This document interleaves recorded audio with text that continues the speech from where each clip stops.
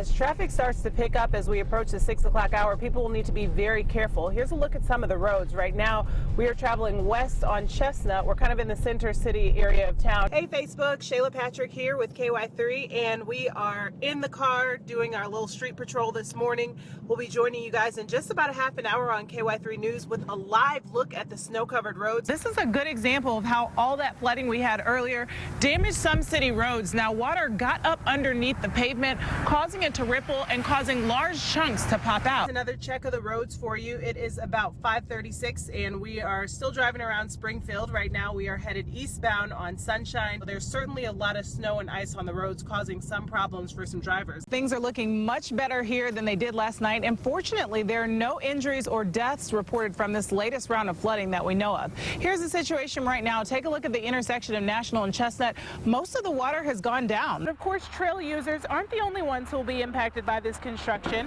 The Galloway Creek here runs into Lake Springfield, and folks who use that will see some impacts from this project as well. This is a federally funded program that designates money specifically for roadway safety efforts. The 5-year agreement will pay the department $1,000 this year, but that amount can be renewed on a year-to-year basis.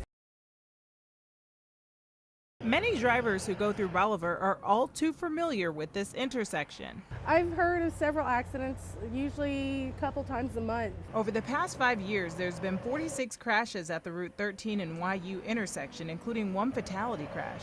MoDOT engineers say some of them could have been prevented. There is an opportunity there to reduce crashes and injuries if we upgrade with safety improvements. Engineers are in the initial stages of a plan to improve 25 intersections along Highway 13 within the next few years. They've got a $5 million budget to make it happen, so they'll have to look at low-cost improvements to make sure that money stretches. One type of intersection improvement that has the potential to show to result in a reduced number of crashes is an offset left. Then an upgrade of that is something called a J-turn. Then there's a modified J-turn. And one thing that the J-turns all have in common is they reduce the number of potential conflict points when a vehicle's trying to cross those 4 high-speed lanes. But some drivers and nearby business owners say they'd like to see more. I think a stoplight would probably be the best, make people actually stop.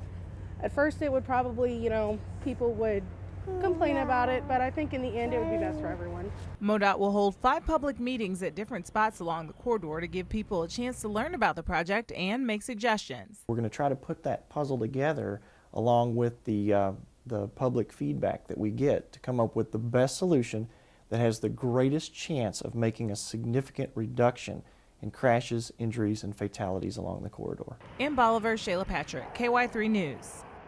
The Main Street corridor in downtown Branson is home to many businesses. Starting Tuesday, you may have to walk a little further to access your favorite shops. The stretch of Main Street, which is the main east-west corridor through downtown, we're going to be closing that on the 10th because once we cross it with the utilities, you can't get a car in there and get back out. It's all part of a streetscape improvement project. Crews have been working to add new sidewalks, landscaping, and signage to improve the downtown area. But the main goal is to update underground utilities. So we needed new water lines and sewer lines and storm sewers, fix drainage problems that are there now. Also, the sidewalk improvements that were down there now were completed in 1991, I believe. So it's been 25 years.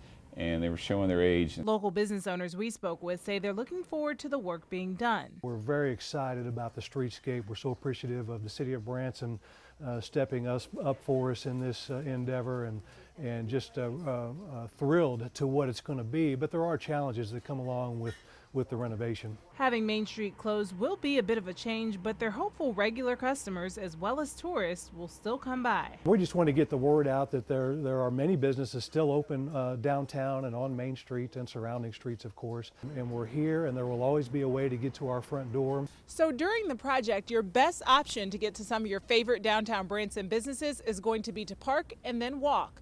There's this lot behind Dick's 5 and 10 and also a parking garage near the convention center. You can either walk from here to your favorite businesses or catch the trolley. There'll be detour signs set up and signage to the businesses, and you'll be able to walk to everybody.